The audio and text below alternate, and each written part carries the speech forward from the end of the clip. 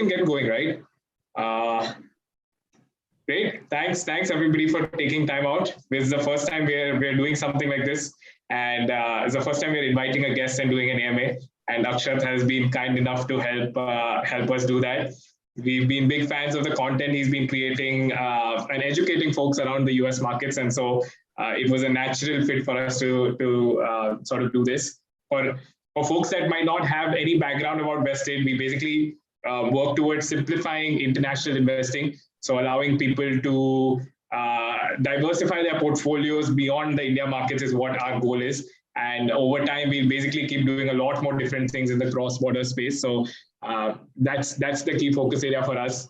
And today's event is a special community event that we are hosting. So basically what we realized once we started was that everybody wants to invest in the US market, but people don't know what to invest in. We know some companies, but beyond that, we don't know like what ETFs are available, what are the stocks that you can invest in. So how do I create a portfolio internationally, right? So this is why we started this community. The link is community.vested.co.in, where some of you posted questions already.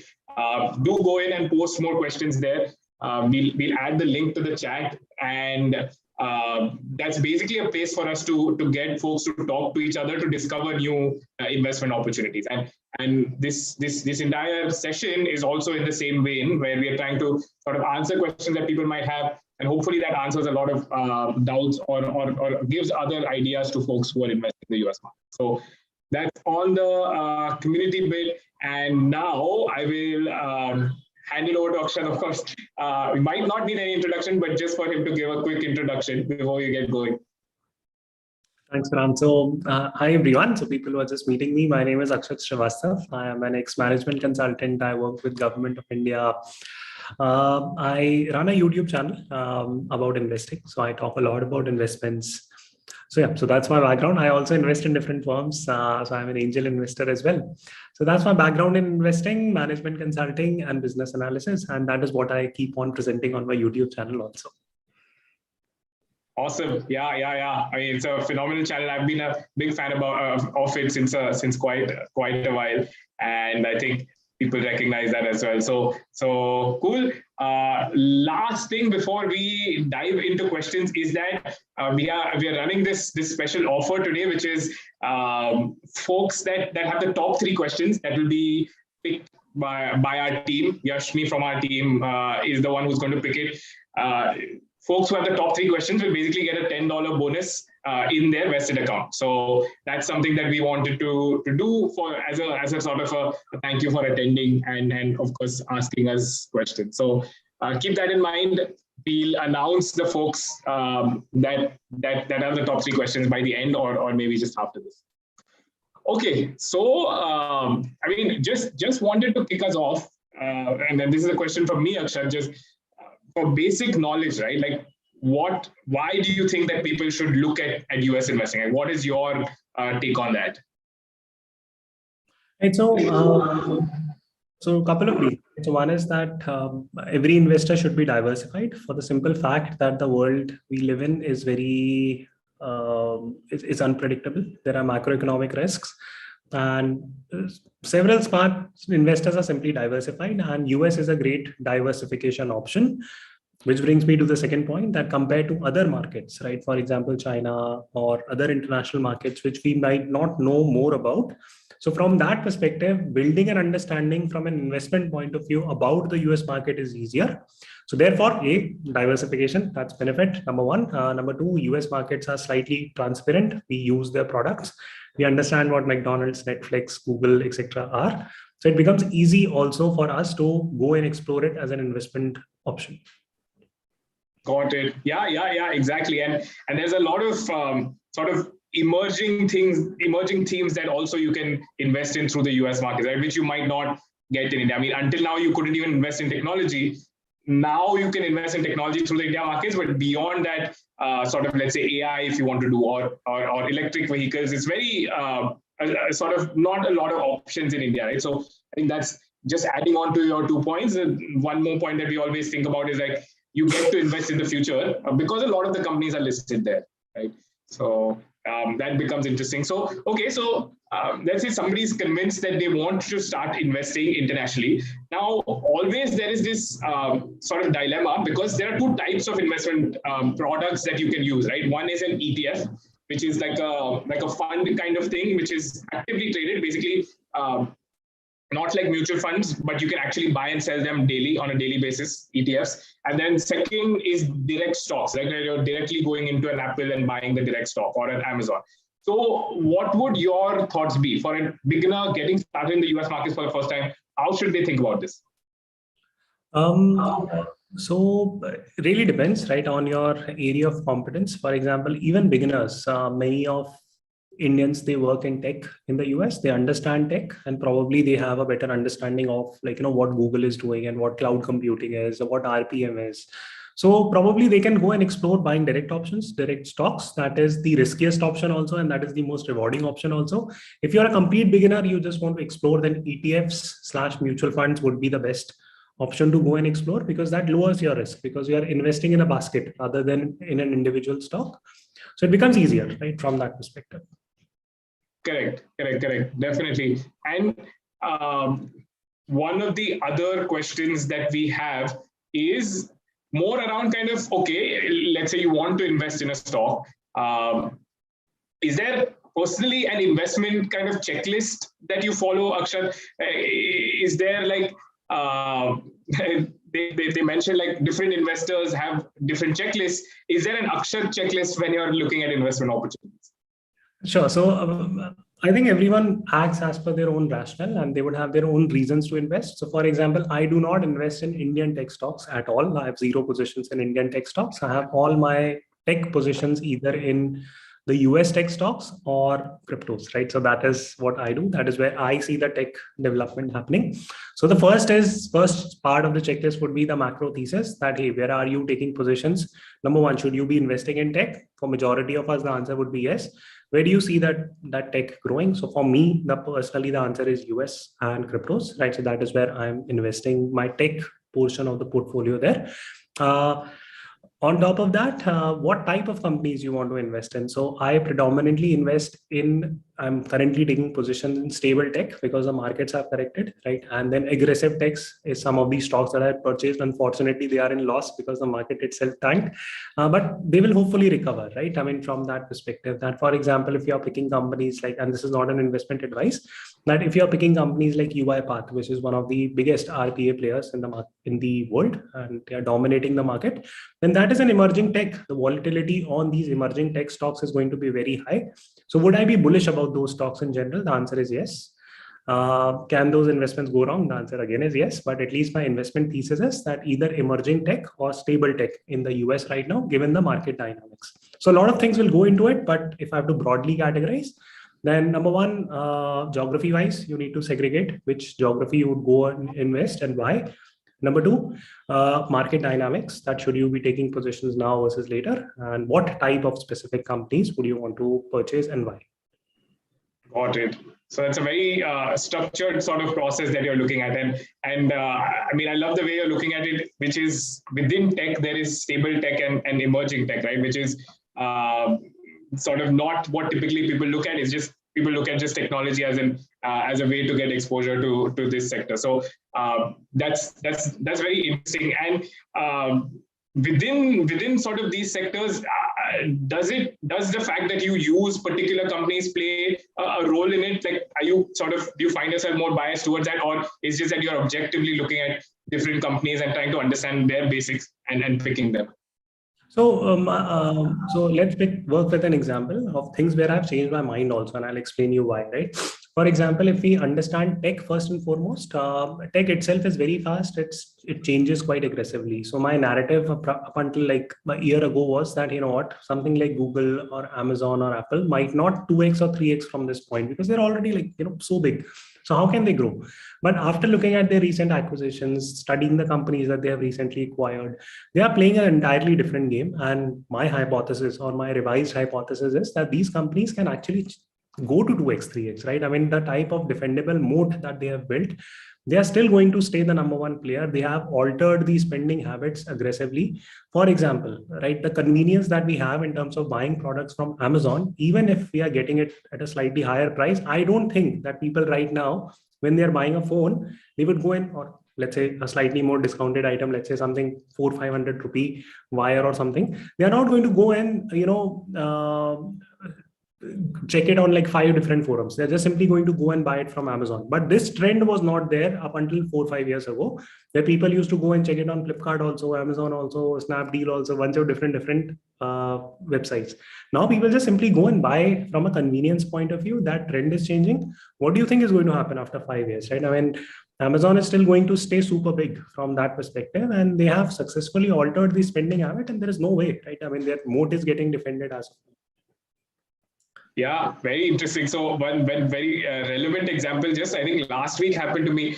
I was out somewhere and I read about a book and so I wanted to go buy it. And I literally couldn't think of a place offline where you can buy books. I was like, shit, where do you buy books from? And then I have no idea where you buy books anymore from offline. And then I went to Amazon and bought it. I was like, I want it now, but I can't get it because I'm so used to just buying on Amazon. I don't know where to find it. Right. And honestly, like, I mean, it is becoming like a winner take all market, right? I mean, in literally everything, right? I mean, any type of tech, even if you look at emerging companies like Coinbase, right? So it's a listed based organization in the US. Now, Binance, for example, it's not a listed company in the US. Even if it gets listed, it's not as if that, US users are going to aggressively use it. So it gives a lot of flexibility in terms of, like, cornering the market very early. So it's again the Facebook Orkut debate, right? That many of you who are like from our generation, so to say, they might be Orkut users also, right? But you would not even hear the word Orkut anymore because Facebook grew its business, grew its network very, very quickly, completely eliminated Orkut out of the game. And same thing is happening with every niche area that is coming out in the tech space. Correct. I was an ex-Orkut user for sure. and that didn't last for long. So cool. I was just looking at some of the chats. I think a couple of fans of your YouTube channel here. So one of the questions from YouTube is, what's the best strategy to analyze and invest in US ETFs? Top 5 US ETFs they've asked, but we'll just take US ETFs. Maybe I can get started with that and then you can add on, Akshat, if anything. So, and ETFs are actually a very easy way for somebody to get started. What sort of, I would say first you need to decide is kind of what kind of ETF you're looking at. So we broadly, when we look at ETF, we see that there are 4 or 5 types of ETFs. So first is kind of an index ETF, which would be tracking, let's say, the S&P 500 or the NASDAQ 100, right? Like they're basically, or in India, the Nifty 50, like basically tracking an underlying index. Then the second type of ETF is a theme-based ETF. So these kind of ETFs are basically, let's say you want exposure to cloud computing or robotics or genomics, so or electric vehicles. So all of these theme-based ETFs give you an exposure to a specific theme. Then there are commodity-based ETFs. So basically allowing you to invest into gold, allowing you to invest into oil, through sort of some kind of structure. So that's more for kind of, I mean, especially like these oil ETFs are more for advanced investors. Then you have these asset-based ETFs, which is, until now we looked at pretty much equity-based. Now you would have, let's say, a debt ETF or a REIT ETF. Basically, you can get exposure to non-equity as well through an ETF. And then the last type that we look at is global ETFs, which is through the US. You're investing in, let's say a particular country, China, Brazil. So all of these different countries is what you can invest through these global ETFs. So basically, index, theme, asset, global, or which is the fifth one? I missed the fifth one. Commodity. So these are the 5 types of ETFs that you could be looking at in the US markets.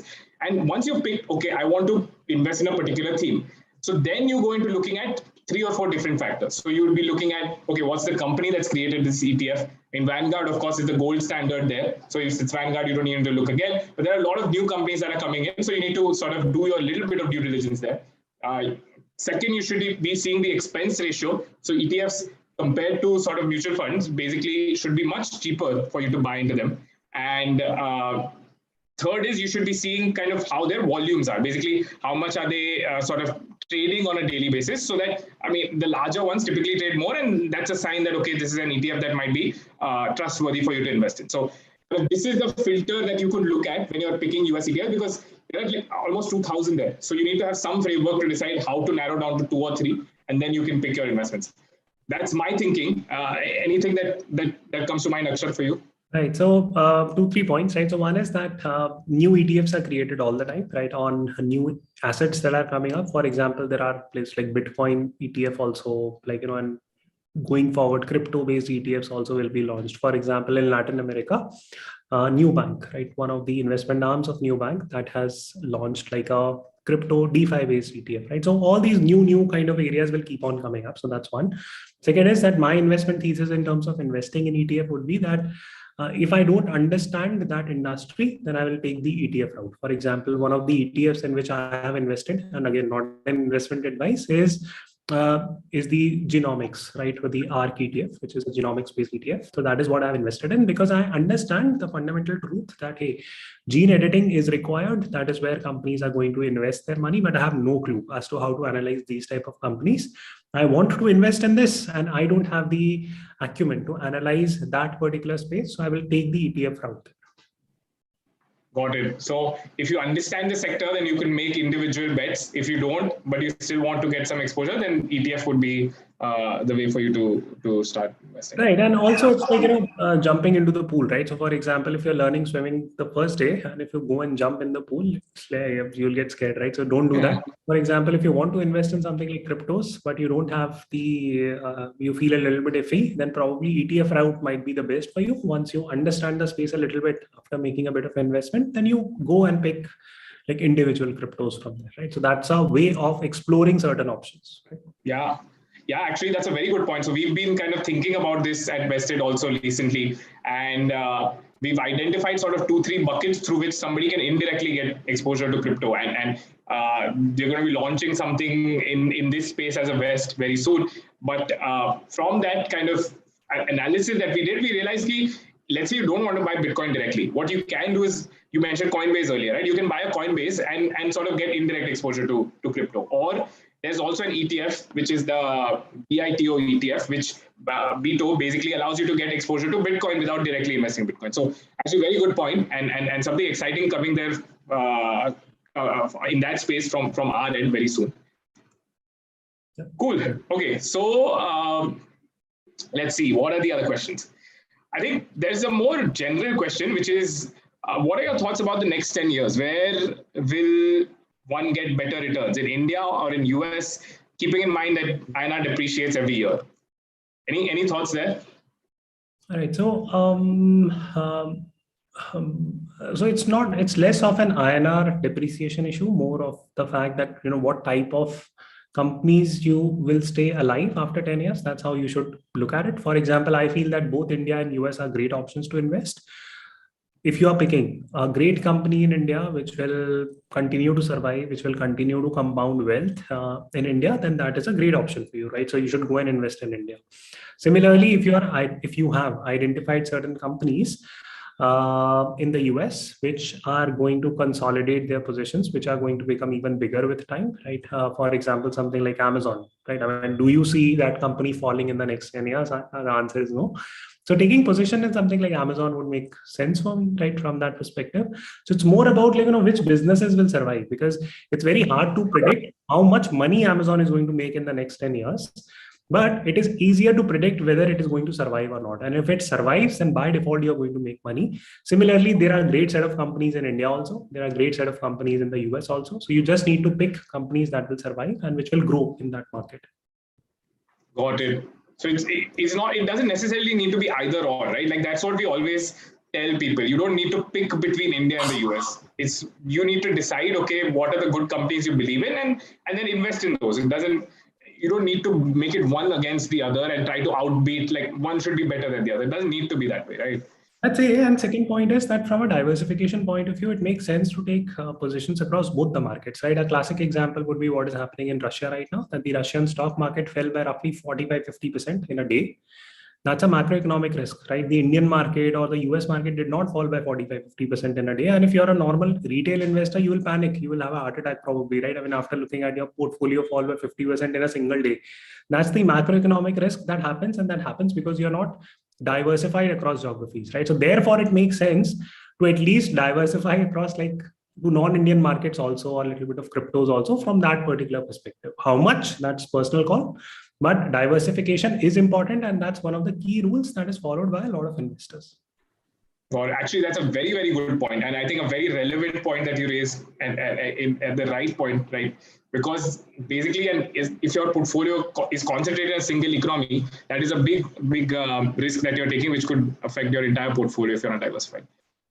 Very well done. Cool. So there's an interesting question on sort of the metaverse and kind of what are your views on the metaverse, and are there sort of investment opportunities in the metaverse that you could look at, non-crypto related? Any thoughts there? So yeah, so I mean, I think two companies are already working in that space, right? So one is Meta, Facebook, right? So they're already building the social metaverse, right? So to say, and they have the reach. Their products like WhatsApp, Facebook Messenger, Facebook already caters to like 1/6 of the world, something like that. Right? 16% of the world uses their product. Huge. So more than 1 billion people. So that's one, right? Second is Microsoft. So you can go directly invest in Microsoft. They are building something called as Office Metaverse. So Office Metaverse would be like productivity suits, right? And they will like figure out ways to make work environment more interactive, right? So that's the goal with which Microsoft is creating its own metaverse. Facebook's goal, at least Facebook or Meta's goal right now, seems to be a little bit different, and they want to jump on that social metaverse bandwagon. So both these companies are good from that perspective. Yeah, actually, that's the Office Metaverse is very interesting. I've never thought about it that way. I think that's a big space actually, right? For productivity that Microsoft is very well positioned to be able to capitalize on. Very interesting. I think a couple of others that are also other opportunities. There are gaming companies also in the US that you could look to. Like there's one called Roblox, which has been doing this more for sort of teenagers and kids, but that's kind of the space that they are involved in. And the other opportunity, again, as Akshat had mentioned earlier, right? If you don't know the space, then an ETF is the best way to invest in it.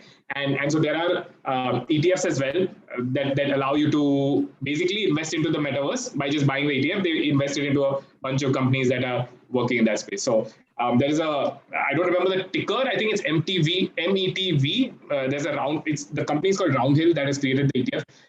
Not meant as investment advice, but just from an information perspective, you can look at that ETF if you're looking at the metaverse. Cool. So another sort of topic that is going to be relevant in 2022 is going to be this entire situation around the Fed rate, right? The interest rate is likely going to be increasing in the US and multiple times across the entire year. Any thoughts there, Akshat, and anything that an investor should keep in mind given this kind of a situation? So you need to broaden your time horizon, right? So that's point one, that you can't just invest for this year. You need to take like a slightly longer term view, at least 2 to 3 years. That's point one. Point two is that the roadmap for quantitative easing has been very clear from 2008 onwards, and therefore you don't see W-shaped recovery, because in 2008 the markets took 4.5 years to recover. But in 2020, it took literally a few months to recover, right? And post 2008, there has been no crisis where the markets took a lot of time to recover, right? So from that particular perspective, and this happens because of quantitative easing, and quantitative easing and rate hikes work. Quantitative easing, inflation, and rate hikes works in conjunction with each other. That is beyond our control. We can't predict in the super short term what Feds are going to do. They might increase, might not increase. But the entire thesis is that the world needs to grow and the stock markets will go like this, right? It will. There is just no other option, because if the stock markets are not going like this, it simply means that activities are stopping, businesses are faltering, economies are not growing, and the governments and government actions cannot put the stock markets in a situation where growth is not happening. So if you are invested in the stock market, it should grow like this. At certain stage, there will be downfalls and whatever, but yeah, it will grow, and that because that's the only way, right? Either the world will stop growing. Now we are betting so much on growth that Feds, central bankers, governments, they have every incentive to push growth, right? Yes, they will have to manage inflation from time to time, but the overall mandate becomes to increase like growth, right? Yeah, yeah. And I think along with that, one of the additional points is that now everybody in the market knows that it's coming. So to an extent, what we call priced in is basically it's not new information, right? The market typically tends to react to new information. Now this everybody knows is coming. So to a certain extent, this is getting priced in. You might see some volatility, but yeah, everybody knows it's coming. So everybody's prepared for it to a certain extent. So I think that's something that you should keep in mind. But most important, I think, according to me as well, what Akshat meant first and foremost is have a longer term horizon, right? Like that, all of these events, if you zoom out and look at it, they're sort of individual events which shouldn't be impacting how you do your investment. Right. So another data point to look at would be, and this data point I'll have to double check, but roughly the stat says that if you take a look at the bull versus bear markets in the last almost 90 years, you will see that we have been in bull markets almost 60-70% of the time, and bear markets have been very less, right? So yeah, so 20% of the time, in sideways market, another 20-30 odd percent. Correct. Cool. Another question that's coming from YouTube is more vested specific. I'll take it. Basically it says a question on vests. Are they less actively managed as compared to most ETFs? And would Akshat be interested in creating a vest based on his analysis that rebalances periodically? So I'll take the first part at least, and then the second one. So in terms of whether they are more actively or less actively managed compared to most ETFs, so they are more actively managed. So basically ETFs in general, so there are some exceptions, but ETFs in general are just passive.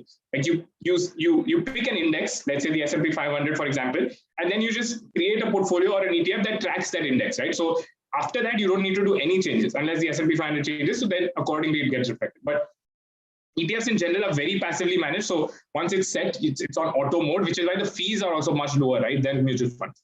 Vests, on the other hand, are a little bit more actively managed, where we do rebalances, let's say once a quarter, once a year, depending on the kind of strategy that there is. That somebody's, let's say, creating a momentum-based vest, then they do much more frequent rebalances. For our current vests, they are much less. They might even be once in 2 years, as and when required. Like, for example, the all-weather vest is sort of band-based. Like, if the equity allocation moves beyond a certain band, then we rebalance it. So until now, we've not had the need to be rebalancing them.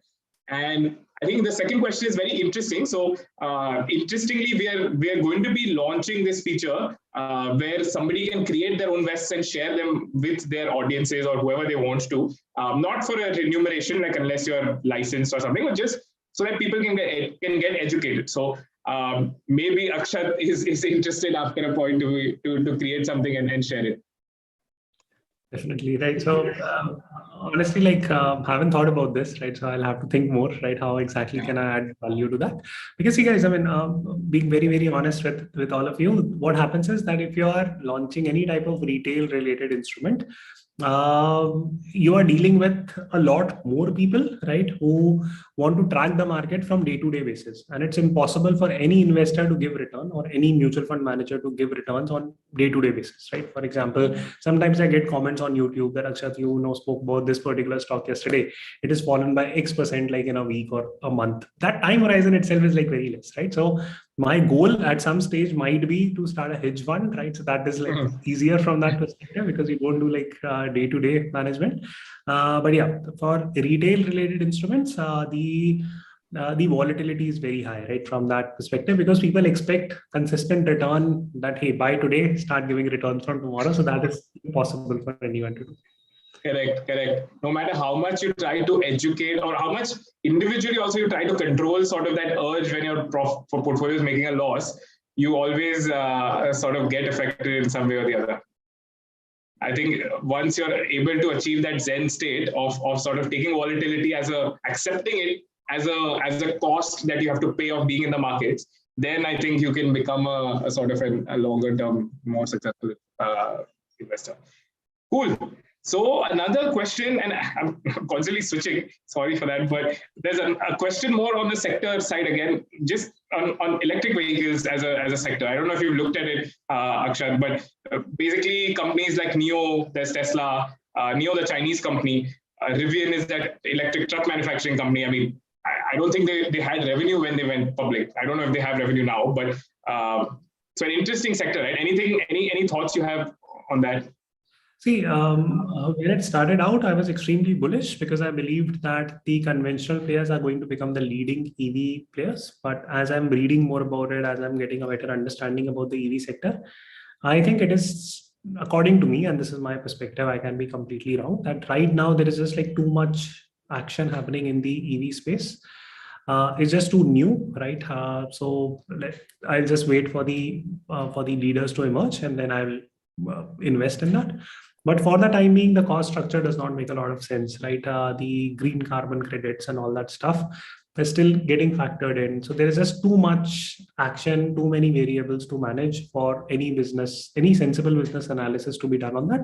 So not touching that sector as well. Got it. So it's made more like, let's see how it evolves kind of, and then take Exactly. a bet. Yeah, so I was just reading like headlines that even Maruti is deciding to enter into the EV space, right? So Correct. yeah, so let's see how that plays out, right? Yeah. Especially all that stuff. So let's wait and watch, right? I mean, that's the bottom. Yeah. There's an interesting angle to EV, which is not like the end car manufacturer, but the infrastructure provider as well, which might be an interesting entry point for somebody who's just bullish that okay, EV is going to take off, irrespective of which manufacturer goes big. There are a couple of infrastructure companies also in the US that you could look at. I think those are very interesting, and yeah, that might be an interesting way to sort of get EV exposure for someone as well. Cool. Okay. Lots of questions, I think. So Sean has a question more sort of pertinent to the current situation, which is the crisis that is happening, and what would be the ideal entry or re-entry point in the US markets before the dust settles, and will there be further downside? I think that's a question that I've heard multiple times over the last few days, and from my side, I just don't know the answer to that. There is no answer to that because it's so difficult to be able to predict, right, what is going to happen in such a short period of time. Any thoughts there, Akshat? So, okay, so see, my viewpoint is this, right? I mean, if you check today's 5-year return on Nifty, right? So I will use Nifty as a target, and even the US markets will work almost similarly. So if you check like 5 years return today, right, for Nifty, it is roughly around 90%, right? So it means that in 5 years, Nifty has given 90%, which is not even a CAGR of 13-14%, which is not very high. So the entire argument that markets were overvalued does not apply anymore. That's how I'm seeing it. If you check like, how much big stocks have fallen, for example, Amazon has fallen quite a lot, like 25-30% from its peak. So it has corrected. So like, I mean, if I have to pick a side, that is, should you be investing now versus not? I would say do it right away, right? I mean, don't wait around too much. Can it go down further? Of course, it can go down further, but it's not as if that you're investing in an overvalued market, right? Got it. Understood. Cool. So there's a couple of questions related to estate tax, which I can take in the middle. So it's basically asking about nominations for US investing, and isn't there a huge estate tax under US laws, and whether other Irish domiciled ETFs are a better option. So to answer that, yes, there is an estate tax. Basically, if you're a non-US resident, beyond, let's say your portfolio is beyond $60,000 and something happens to you and it needs to be passed on, there is an estate tax that becomes applicable, and which is where an ETF that might be domiciled outside of the US is an option you could look at for sure. The one way to mitigate that risk is basically adding a nominee, which I think you asked as well. Is you can add a nominee to your account, or you can make it a joint account, so that anybody else can also operate your account. So that's one way to sort of mitigate that risk. So just so that you can keep that in mind. Okay, cool. Quick follow up on that. I think valuation bit is Rahul asked is what about PE ratios? Is that something that you track as well? Like let's say the Nifty 50 PE ratio. I was looking at it just yesterday. I think it's 22 or 23. Is that something you look at as a sort of indicator for valuation? No, I don't believe in the PE ratio story. To be honest, I think that that application does not work anymore, especially on tech stocks. For example, a classic example here would be that in 2020, if you go and check the PE ratios of even extremely established tech companies like TCS, Infosys, post 2020, the PE re-rating happened and they climbed a higher valuation, right? From around like 25 to 33, something around that. That's when the PE ratio expansion took place. The reason why that happens is that basically now we don't live in a business, or like now we don't live in an environment where you have four type of businesses that hey, manufacture like X number of cars, sell it, make like 20% margin on it.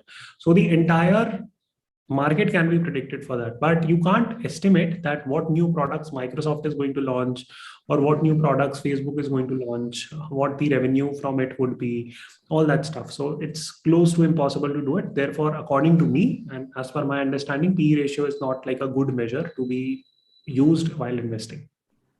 Got it. That's a very interesting perspective. I remember from my banking days, we used to use this PEG ratio, which was a sort of adjusting for growth in a certain way, but only 12-month growth. So which was again another flaw in that. It becomes so difficult. So yeah, guys, I mean, a great example here would be that, check like Professor Damodaran's valuations, right, on YouTube, right? He's the father of valuation, so to say. Almost every business school teaches his books.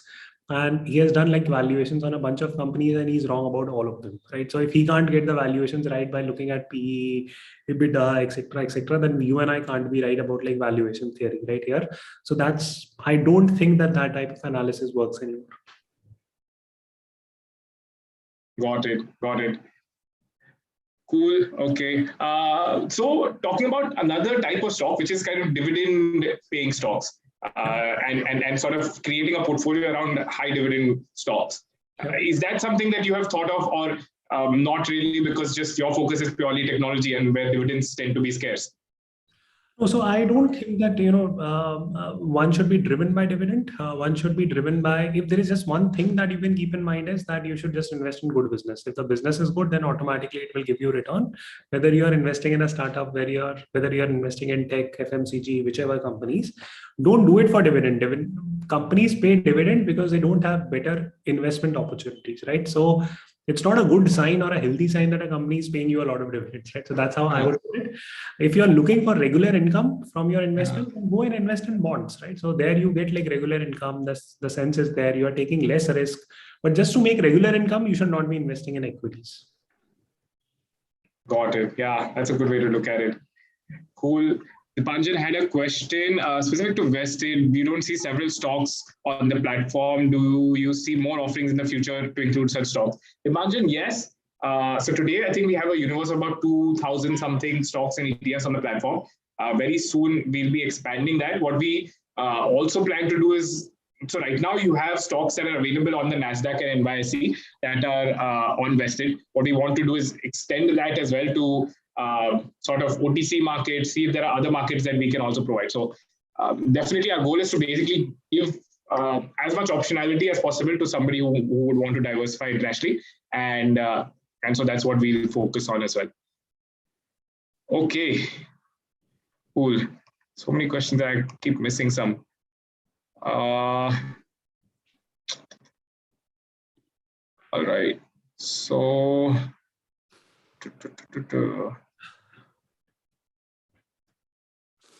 how do West compare with ETFs? I think we answered that to a certain extent.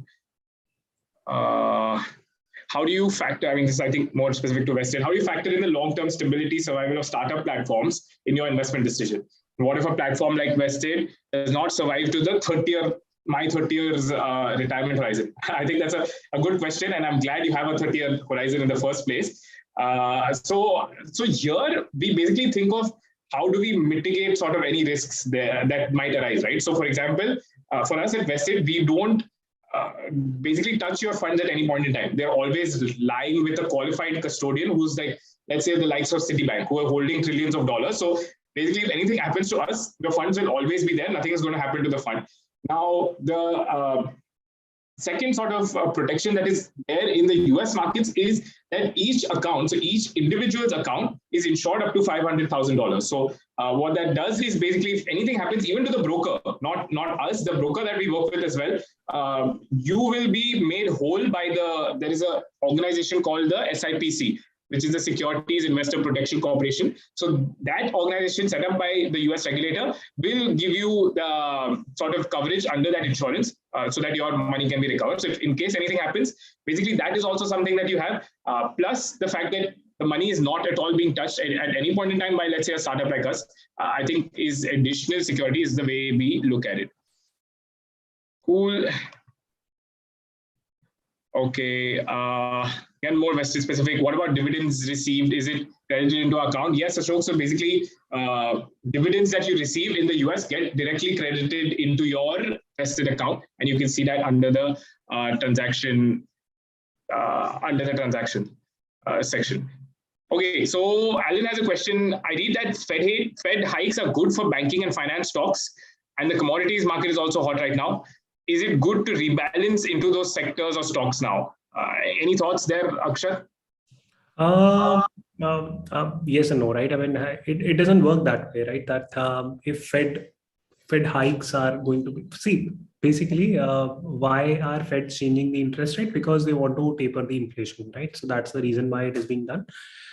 Because an economy needs a healthy rate of inflation. It's not as if that the hyperinflation should be there, and it's also not as if the deflation should be there. So there is a healthy rate. That's what central banks try to do. Just because they are increasing the rate does not make it favorable to certain type of industries. So we can't go there. That's the bottom line. But a more pertinent question is that should you be rebalancing your portfolio? The answer is yes, you should be doing it consistently, simply because of the fact that if you're overexposed to certain sectors, if you're not diversified, then you should think about rebalancing. You should not think about rebalancing from the point of view that, hey, Feds are going to increase the interest rate. Got it. Cool. And then one question that always comes up is around tax in the US markets, and I can take that. Bhavesh just asked it. So Bhavesh's question specifically is capital gain tax higher in the US compared to India? So first, just I'll give you an overview of how taxes would work if you're investing in the US markets through India. Basically, there's two types of taxes, right? So there would be tax on gains that you make, and there's tax on income, which is pretty much dividend that you would get. On the gains, the threshold is 2 years for it to qualify as long term. And if you're investing in an ETF, it is 3 years. So that's what you need to keep in mind. And the rate after long term is 20% with indexation. So basically, you get some benefit. The rate will be lesser than 20% because you get benefit from the inflation that happens. If it's short term, then it is as per your income tax slab. So that's how capital gain works. On the dividend side, there's a 25% withholding in the US. You can take credit for it in India if you want. It's a little bit of a cumbersome process. So unless your dividends are massive, we typically sort of just tell people that it's not worth it. So this is how the taxes work. And yes, it is higher than the way capital gains taxes work in India. So that is something that you have to keep in mind. There is some paperwork that you need to do, which we simplify for you by giving it to you by the end of the year. So that's the taxation part of things. Okay, cool. All right, so I think now we have the last 10 minutes or so. So then we'll switch to kind of non-investing questions, Akshat. I think there are a couple of them here to get to know Akshat more as a person. So one question is reading compounds better than money, according to many leading investors? What resources do you read regularly to keep yourself updated with trends and opportunities? Reading compounds better than money. See, I mean, I think implementing knowledge compounds better than consuming knowledge, right? So, I mean, that is the most important thing that I would say. There are just too much stuff to be read. There are just too many books. There are just too many websites. There are just too many things that you need to keep a track of. So now the skill that is required, as per my understanding, is that you must understand how to filter signal from noise, right? Because if you go on social media, if you keep on reading like random stuff, you can literally scroll through your Instagram feed, and it will take you one day, right? So just not worth it. So reading more does not make you or allows you to build wealth. I think implementing knowledge does. So you should figure out a way to implement it. That's the bottom line. what resources do I read? So I read like high signal stuff. So that is what my goal would be, that if I'm reading a very good article from McKinsey, I'll try to dissect it properly rather than reading like 5 articles from McKinsey quarterly, right? So some resources would be McKinsey quarterly, BCG Insights, Wall Street Journal. So all these things you can read, right? I mostly read on the internet. I don't read like too many books in a year as well. The book is very interesting, I'll read it. Yeah, and that too very fast, right? So that's it. How do you manage to read the books fast? That's something that I always like. Do you read each and every page, or you just kind of skim? So how do I read fast? So I think that is a skill that I picked when I was preparing for the GMAT, right? So yeah, that was like one thing that you start learning, like reading techniques and all that stuff. So that's it. And how do I read books? So if it's not a heavy book, then I would just scan through it, right? So my goal is to scan, not like read the entire thing. At 1.5x speed is what Praveen says. I watch my own videos at 2x, right? So, and I'm like, if YouTube had like a 3x button, I think I would probably. So have you noticed that after you watch videos at such a fast pace, you talk faster? Like it happens to me. I listen to podcasts at 2x, and then I realize people have told me I talk much faster after that. It does mess you up at yeah, I'm just like, and then I realize, oh shit, this life, you can't be at 1.5x speed. Cool. Okay, Deepak, why are you not answering our questions? Okay, sorry, I might have missed it. So Deepak, your question is, can we invest in Russian ETFs which are listed?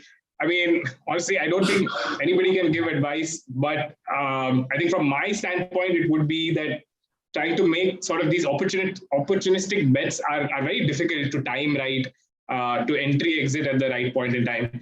I mean, personally, I try to avoid it as much as possible, even though there might be like this sense of FOMO. But yeah, Akshat, do you have any other thoughts to add to it? I'm refraining from saying, right? I'm like a very straightforward guy. I just tell stuff. See, guys, I mean, so here are the facts, right? I'll give it to you, right? So, for example, when Russia annexed Crimea, the Russian market fell during the few weeks of that crisis, and then it recovered very fast. So that's what I will leave you with. That's a piece of information that I can give. How you want to act on it, it's as per your understanding. Am I investing? Then no, I'm not, because I don't follow Russian market.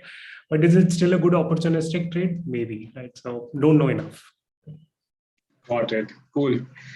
Well said. All right. Question for me in terms of why is Vested changing his bank accounts every 6 months? So Deepak, we're constantly trying to improve the process. I know it's a hindrance, and sorry for that. But what we're trying to do is make the transfer process more seamless on the US side of things, and which is why it's changed. I think it shouldn't change after this. So yeah, that's the reasoning behind it. Cool. Okay, I think there was one more question, non-investing related, that somebody had submitted earlier, which was, so big fan of your YouTube videos, Akshat. What surprises me is the level of honesty and candidness that you have in sharing your investment details, to the point where you even reveal amounts and sort of share your screen as well. So don't you think that others would, other YouTubers or others would copy your ideas, or aren't you worried of privacy? Any thoughts there, Akshat? Will copy my idea last part and do what? Or like, are you worried of others copying your ideas, or are you worried about privacy at any point in time? No. So see, I mean, let people copy, right? I mean, that's not a problem, right? That's it. It's more about like, so there is, I mean, I think, you understand your methods the best, right? Other people can copy it, right? But they execute it with the same exuberance? I highly doubt it, right? That's it. And I think the world has become extremely transparent. I, in fact, reveal the next set of businesses that I built. So I am happy revealing my business ideas also. And I do it very, very openly, right? So no problem there. Because you need to, so 2 points there, right? So one is that you're not trying to capture the entire world. You don't want to aggregate all the world's wealth in your own account, right? So that's not the goal here. Second is that it's also about the process of giving back. So the philosophy that I have is that if, for example, if I add 10% value to each of you, then I'll probably get like 1% value back. So my goal is to add 10% value to 1 million people, right? So I'll get like 1 million% return, right, on whatever I'm doing. So that's how I think about it mathematically.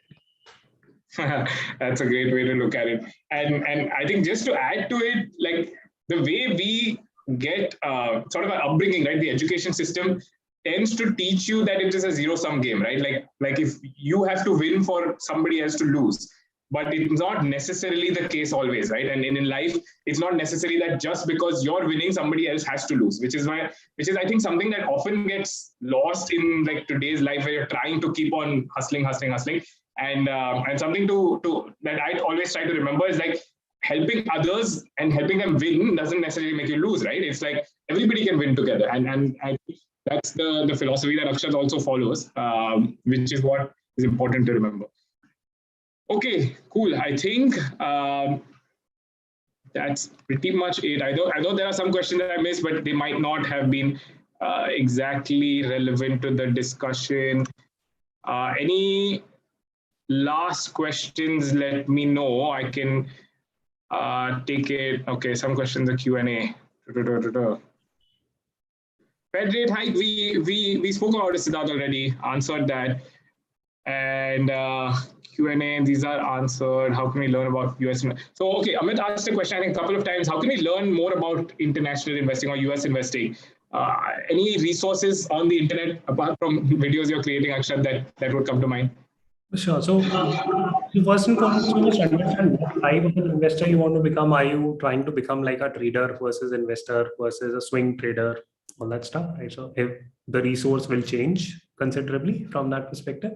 I'm a business analyst, so I analyze industries, businesses. That has been my job also in like consulting. So that is what I do. So I'm like that type of an investor, right? So that's what I would say.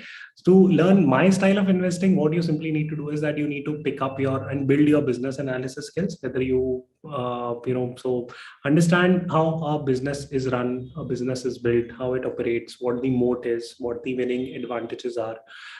Read about like news, events, macroeconomics. So these are like some of the key things. It's not as if that there is a website, just go read like 20 articles and you're done with US investing. It's more about developing your business analysis skill set. Got it. Cool. I think that is it then. I think we'll wrap up. And sorry if I missed any of your questions. If you have any follow-ups, then I can drop my email here, and you could just write at any point in time. We'll try to answer everything as much as possible, and love hearing from folks. We'll announce the winners of the top 3 questions on mail post the event. Thank you so much for everybody for engaging, and big thank you to Akshat. Thanks a lot for taking time out, Akshat. It is super valuable to us, and thanks for sharing all your insights. Hope you guys have had a good session. Enjoy your weekend.